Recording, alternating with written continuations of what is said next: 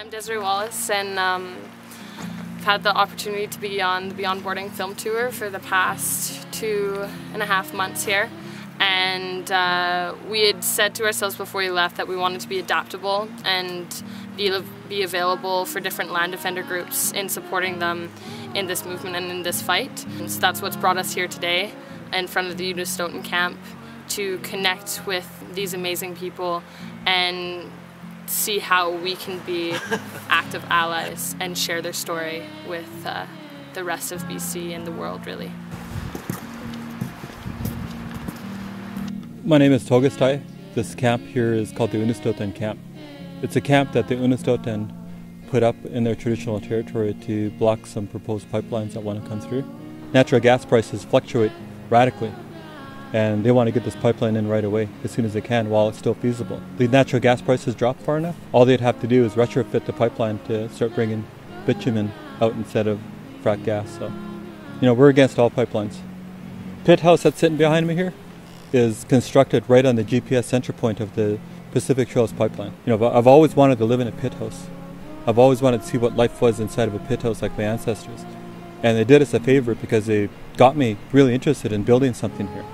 And the best thing that we could do is really live in the proposed right-of-way in a traditional home. That statement in and of itself says a lot about what we're doing and why we're doing this.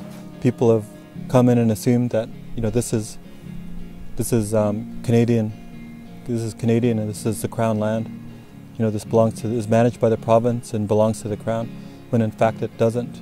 Our people have stood by this territory and fought the colonial system in its highest judicial system, and went right to the Supreme Court of Canada and won.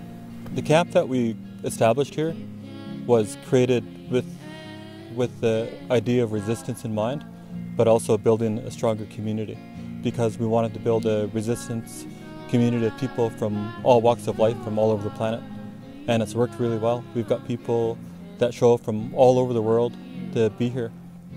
I can safely assume that a lot of people feel like the people that they've met here are like family. It creates that environment that people yearn. It creates that environment that nurtures the human spirit. This idea of signing petitions, of walking peacefully in a peaceful protest downtown is something that's going to make a difference. And sure, it made a difference to help people become aware, but the majority of people stopped there. And I think that that was enough for them to make that difference.